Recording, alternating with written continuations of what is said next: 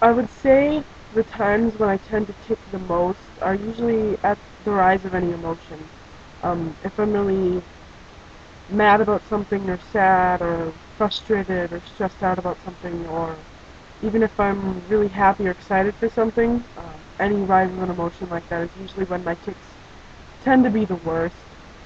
Or if you throw me in a big crowd of people, I usually don't like being in big crowds of people. It gives me a lot of anxiety because I feel like everyone's watching me and everyone's noticing my ticks, even if they aren't.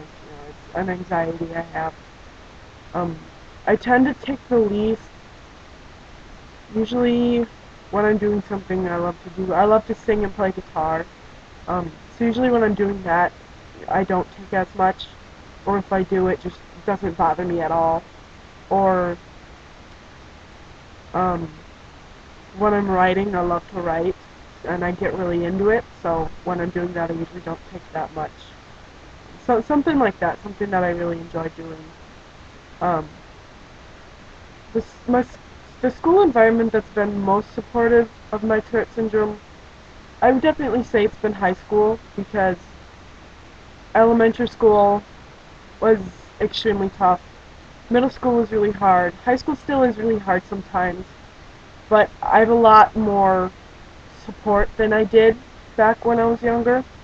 My tics still are really difficult sometimes, and my other conditions are still really difficult to deal with sometimes, but I have a lot more support, I feel like, than I used to. Has there ever been a time when I was disciplined because of my TS? There has been. There have been times where, I'm in the back of the classroom at my seat and I'm ticking a lot, and a teacher, thinks I'm talking to my friend, or they think I'm, just goofing around, and I'm not. And I've been yelled at by teachers for, I've been accused of, goofing around and not paying attention and whatever, when it's just my tics, and I can't help that. And but the teacher, teachers get mad about that. I don't have a 504 plan right now. I used to have a 504 plan when I was in about 5th grade. I was doing really well a few years before. 2nd, 3rd, and 4th grade, I was in advanced classes.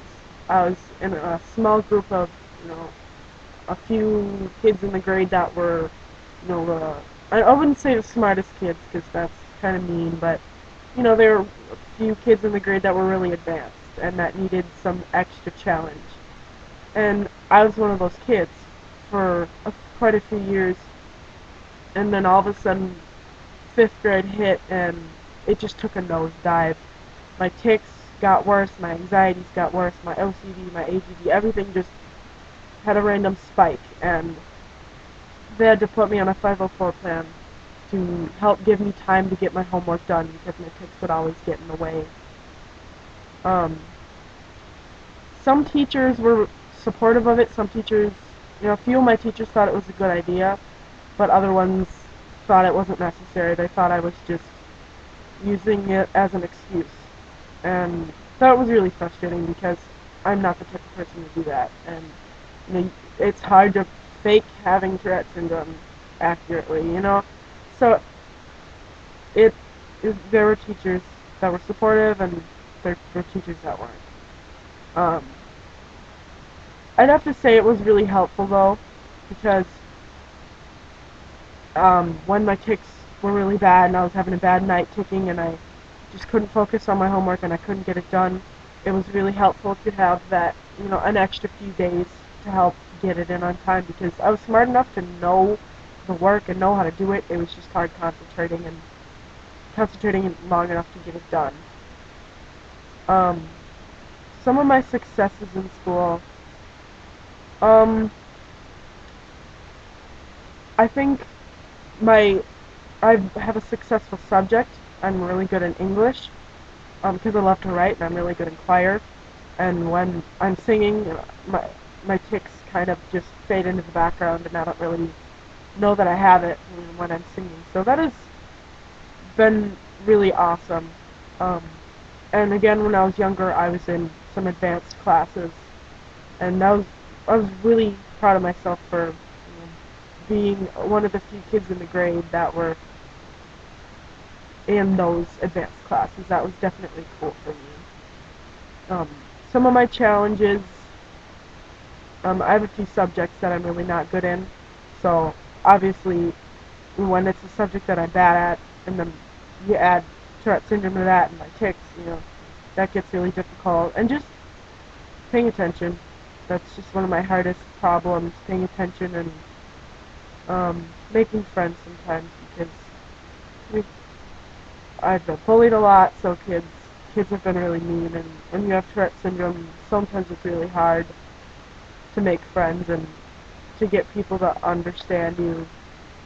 So that's been a huge struggle for me. Um,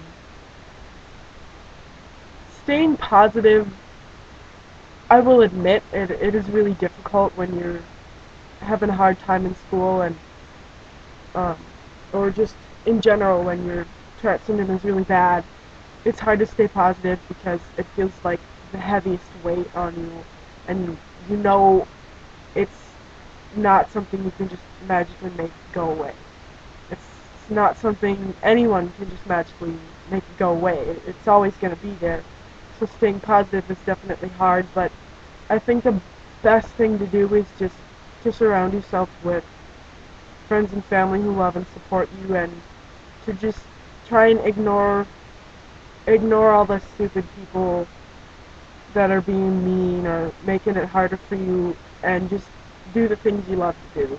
Find a hobby, find a sport, find something that you love to do, and just throw yourself into it. It makes dealing with Tourette syndrome a lot easier. It's hard to deal with the negative reactions when you have tics and people are making fun of you for it or whatever. I used to deal with it. I used to not deal with it in healthy ways at all. I would just go home and just sob, because I didn't know how to deal with it. But now, um, I love to play guitar and sing, as I mentioned earlier. So, my way of dealing with it is I will write, or I'll write a song, or sing or play music, and that's usually my way of getting out whatever bad feelings I'm having, and I just pour it into that. Um, what I want to say to anyone who doesn't have Tourette syndrome or doesn't know about it, I would say that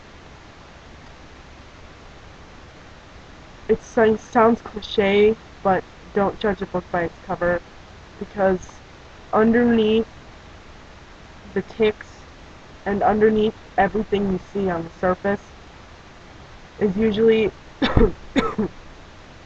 it's usually an amazing person. And if you get behind, if you try to see past the tics and the Tourette syndrome, try and see past that, because there's usually a lot more than what meets the eye, definitely.